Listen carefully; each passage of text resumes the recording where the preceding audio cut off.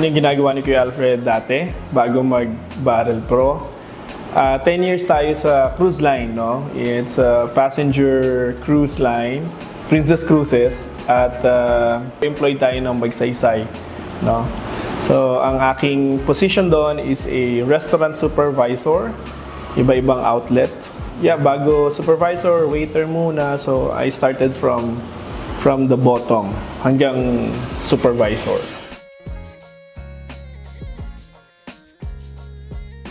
Sa restaurant supervisor, siyempre supervise natin yung mga restaurant outlets. And so, sa barko kasi, maraming outlets. So, sa dami ng pasahero, siguro maabot ng 5,000 passengers. So, madaming restaurant na pwede silang option doon sa barko. Merong Italian restaurant, merong steakhouse, merong buffet area, may mga fine dining restaurant. So, assigned tayo to supervise and manage yung mga restaurant outlets. Inabot din tayo ng 10 contracts. So, from 2006, hired tayo ng Magsaysay hanggang 2016.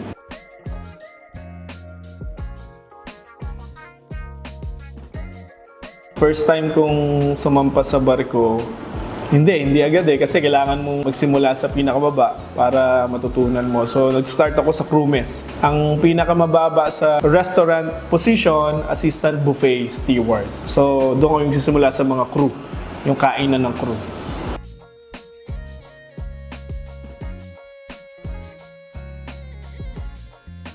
Napakadaming experiences, especially pagka bago ka. No, memorable yun, no? First time makarating sa ibang bansa, sa US, ako in my case.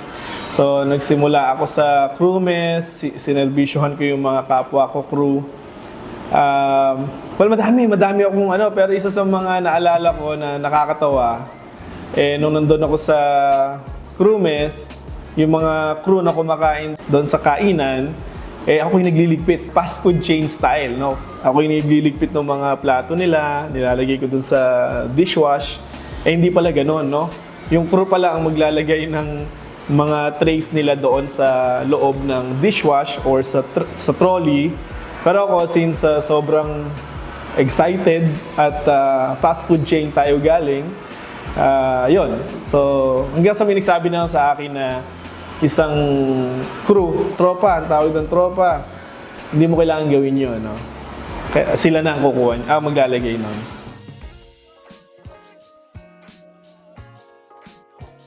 Bago ako magbarko, call center muna ako. Kung may mga call center agents dyan dati, kung alam niyo yung Client Logic, yun, doon ako nagtrabaho. Bago ako magbarko, bago ako ma-hire, pumasok muna ako sa mga hotels to get experience.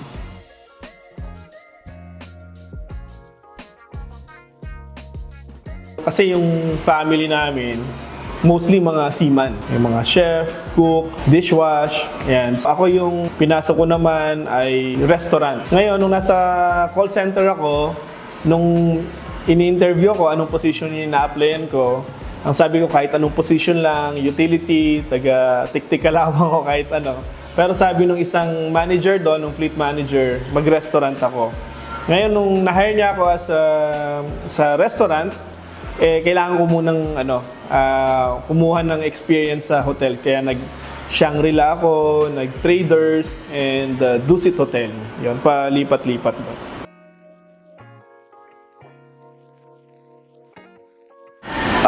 Mula nung simula, siguro nag-start ako right after high school. Kasi uso nung araw, hindi ko lang alam ngayon year 2000, mga part-time, no, yung fast food chain. Simula ako sa Jollibee, nag-Video City rin ako, Burger King, nag-Jollibee din ako sa may Dapitan, Jollibee sa Petron NLEX. So ano tayo? Jollibee boy.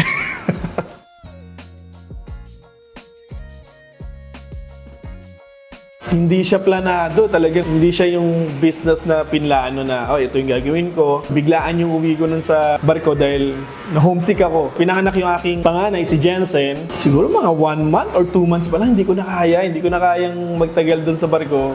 So, nagsabi ako kay misis na magsa-sign off na ako. Pag uwi ko dito, wala akong kahit anong plano. Basta nasa isip ko lang, homesick lang ako. So, yung aking parents, meron silang isang maliit na pandisalan. Sabi ko, yun na lang din gagawin ko, magpapandisal na lang ako, no?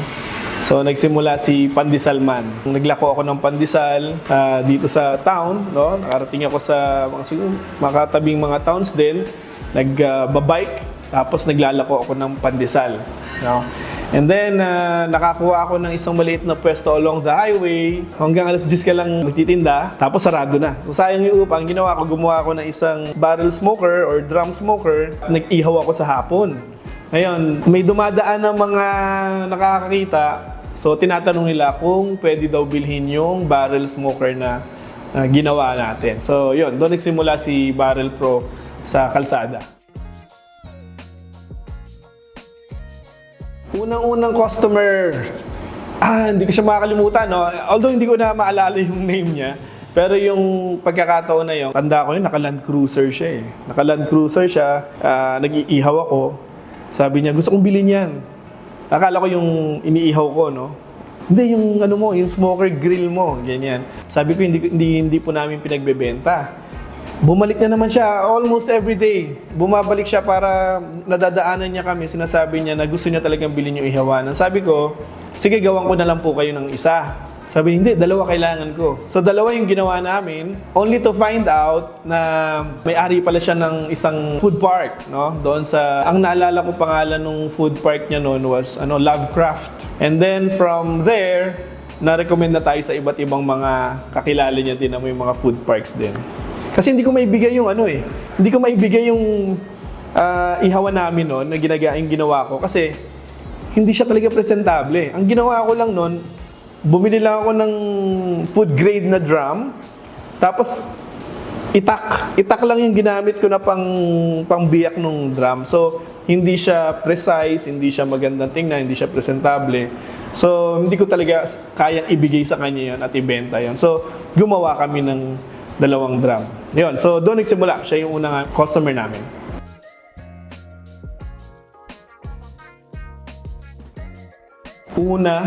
First few months kasi mag-isa lang ako eh. So, ako yung magtatalop ng drum, papaapoy, tapos bubuin siya sa smoker, griller, pipinturahan, i-deliver. So ako lahat yon. Kaya pag nagde-deliver ako, puro pintura pa ako. Hindi ako yung mga daliri ko. Siguro tumagal din ng almost 1 year na mag-isa lang talaga ako dun sa workshop, sa basement namin, sa bahay. Ang unang-unang naging tao namin, kasi nahirapan na ako, yung bayaw ko, no? Si June. At yung aking biyanan. Ang aking biyanan na lalaki, sila yung mga nauna kong kasama sa workshop. Kasi nga, hindi ko na kayang mag-isa, so kailangan ko na ng tulong. Sila yung mga kasama kong year 2016, 2017, yan.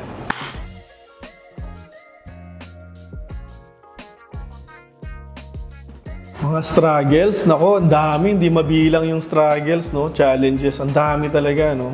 Unang-una, dahil nga hindi siya planado, wala kayong maayos na workshop. Yung workshop namin, nandun lang sa may basement. So alam niyo naman, pagka basement, nasa ilalim ng bahay siya. Tapos kukunti lang yung liwanag, no? Yung liwanag na pumapasok dun sa loob ng workshop. Kaya nagsisiksikan kami dun sa may part na maliwanag, yon. So yun yung isang naging struggle namin, challenge namin dahil maliit, sobrang siksikan yung pinagagawaan namin. And then of course, pera. Kasi nga biglaan yung uwi ko sa barko, wala talagang ipon, tapos ang daming mga utang, kapos na kapos sa budget. Wala talagang bala si Barrel Pro nung nagsisimula.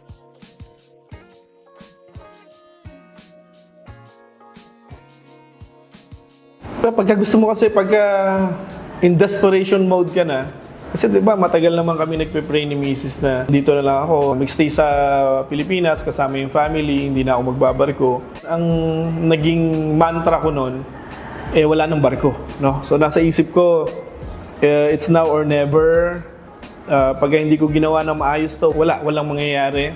Hindi ko iniisip na, balik na lang ako sa barko. So ang in desperation mode ako. Kaya kung ano man yung challenges, struggles na pinagdaanan, ang isa lang ang dapat gawin, solusyonan, no? O gawan ng paraan para makaraon o malampasan yung challenge na yon. So, ewan ko, no? Pagka nandun ka sa pagkakataon kasi na yun, nung time na yun, sobrang hirap nun. Kasi talaga halos wala akong pahinga nun. Dire-diretso, uwi ng madaling araw dahil galing sa delivery, tapos kinabukasan, gigising ka na ng maaga para simulan na naman yung gagawin mo. Yun, so there's no other way around but to face your struggle and challenges, eh. Ang motivation, family, no? That's my number one motivation. Kasi ang laki ng sweldo sa barko, tinalikuran ko yun just to be with my family. Para sa akin, yun yung pinakamatimbang. Makasama yung mga anak ko, yung asawa ko. Kaya kahit anong hirap, karamihan naman ng Pilipino, ganun din, ano? Kaya tayo lumalaban araw-araw para sa pamilya natin. So, yun yung aking pinaka-motivation. Tsaka, bago pa ako humintong magbarko, ang tagal ko siyang pinag-isipan, eh. So, ngayon, nung nagpe-pray ako sa Lord, sabi ko, Lord, gusto ko ng sa pamilya na lang. Ang impression lang talaga sa akin ng Lord, kung kaya kitang i-bless sa ibang bansa, kaya kita i-bless kahit saan.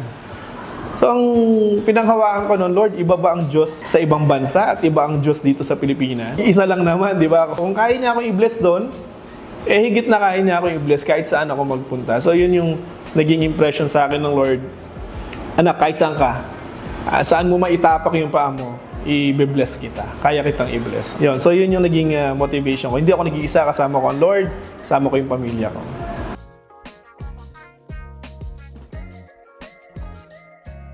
Sa totoo lang, nung nagsisimula kasi si Barrel Pro, since hindi nga siya pinlano, balikan ko lang, kwento ko lang sa inyo. Kasi diba nagpapandesal ako noon, naglalako ako, gigising ng madaling araw, alas 2, alas 3, magsisimula na magsalang ng pandesal, tapos maglalako, tapos siya alas 11, magsasara, tapos gigising na naman ng mga alauna, alas 2 ng hapon, magmamasa na naman, mapapaalsa na naman. Ayun, ganun lang yung trabaho dati. Tapos, sobrang hirap niya, talagang ang nasa isip ko, bibigay ko lang yung 100% ko. No? Parang kinalimutan ko, somehow nakalimutan ko yung Lord, eh. Parang sarili ko lang yung pumupukpok. So may one time, sobrang pagod na ako. Daling araw, nakaupo lang ako, tapos umiyak ako sa Lord. Sabi ko, Lord, di ko na kaya, balik na ako sa barko, ganyan. Parang naging impression sa akin ng Lord, pagod ka na? Pagod ka na ba sa sarili mo lang? O ako naman? So, yun yung dumating si Barrel Pro.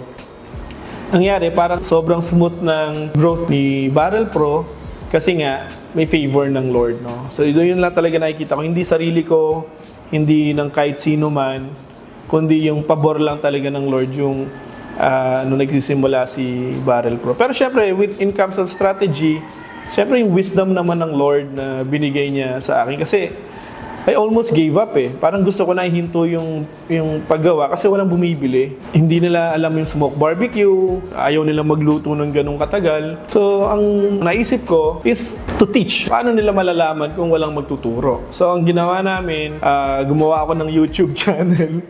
How to thaw meat, how to trim yung pork shoulder, yung mga unang-unang videos pa. No? So, paano magluto. And then, eventually, nagkaroon kami ng smoke barbecue class dito sa lugar na to. Kailangan lang matutunan para yung bibili, hindi naman nagkaroon ng problema na paano gamitin to. So, yun, may support system. Yun yung after-sales support. Yun ang naging pinaka-strong point namin. Hindi lang basta ma-deliver yung smoker, pero matulungan sila to produce good smoke barbecue output.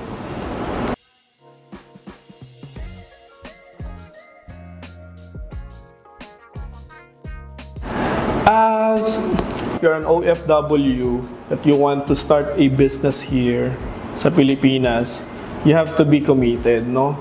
Yun nga, katulad ng sabi ko kanina, you have to be in desperation mode na hindi kasi pwedeng 50-50, no? Hindi pwedeng half-hearted ka na parang simula ako ng business, kailangan may goal ka, no? This business should help me stop working abroad, no? Kasi kung gusto mo magsimula lang ng business just for the sake of having a business, tapos half-hearted ka naman, hindi mo binibigay yung 100% mo, sooner or later, pag umalis ka na, hindi tatakbo yung business mo kasi iba kung ikaw yung nakatutok talaga. And then, while nasa ibang bansa pa, save money, huwag kayong basta magpapadala sa mga investment scam or scheme. Tapos, pag meron kayong gustong idea, na gawing business dito sa Pilipinas, mas magandang isiping business yung hindi pa maraming gumagawa, no? Tapos, do your own diligence. Pag-aralan mo maigi, pagbutihan mo yung pagre-research, and then pagpaplano. Kasi hindi katulad ng sa akin, walang kaplano-plano eh. Talagang it's only by the grace of God talaga, favor lang ng Lord. Pero if you're going into business, marami kasi akong nakitang ganon, kailangan yung planuhin ng maigi. And then pag nandito na kayo, kailangan hands-on. No, iba pa rin yung kayo mismo yung nakakaalam sa lahat. Pag alam niyo yung every detail ng inyong business, kahit na sino yung dumating at umalis na tao, tatakbo yung business niyo kasi alam niyo lahat ng area or aspect ng inyong business.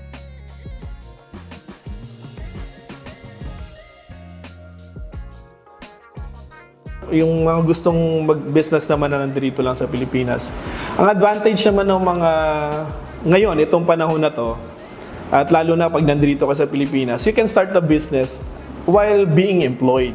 Kasi nandito lang kayo sa Pilipinas, pwede niyong silip-silipin, tingnan-tingnan, no? Pwede niyong mapagsabay.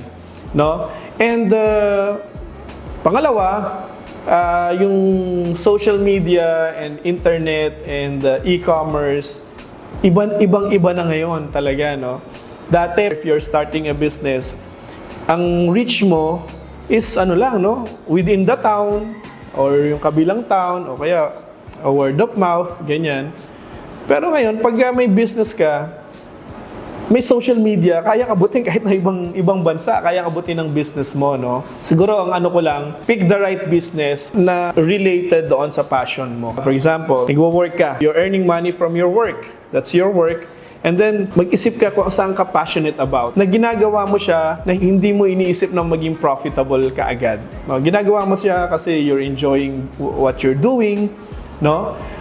And then, habang ginagawa mo siya, nagiging, na-master mo siya, and then, eventually, it will bring you profit. No? Hanggang sa mangyayari, pwede ka nang mag-resign sa trabaho at yun na yung gagawin mo. Like for example, ganito. Merong mga tao, they love drinking coffee, they're passionate about it, pero hindi natatapos doon. Nagre-research sila, nagagawin nila. And then, eventually, sila na mismo, nagtayo sila ng maliit na coffee shop hanggang tinutukan nila. And eventually, they have to leave the work, yung kanilang regular job, kasi kailangan na ng 100% na attention ng kanilang sinimulang passion or business.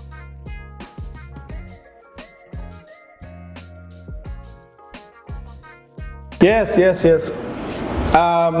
Pagka gusto mong ginagawa mo, no? Kasi meron nga sabi, di ba, if you love what you're doing, or if you love your work, parang you never worked a single day in your life. Hindi mo tinitingnan to bilang isang burden, hindi mo siya tinitingnan na isang trabaho, kundi gusto mo yung ginagawa mo, no? Iba, as an employee, they're happy with it, no? Nakapag-contribute sila, may advocacy din yung kanilang company, nag-enjoy sila doon. Pero may mga ilan naman na they are venturing into business kasi may passion sila na gusto nilang i-pursue.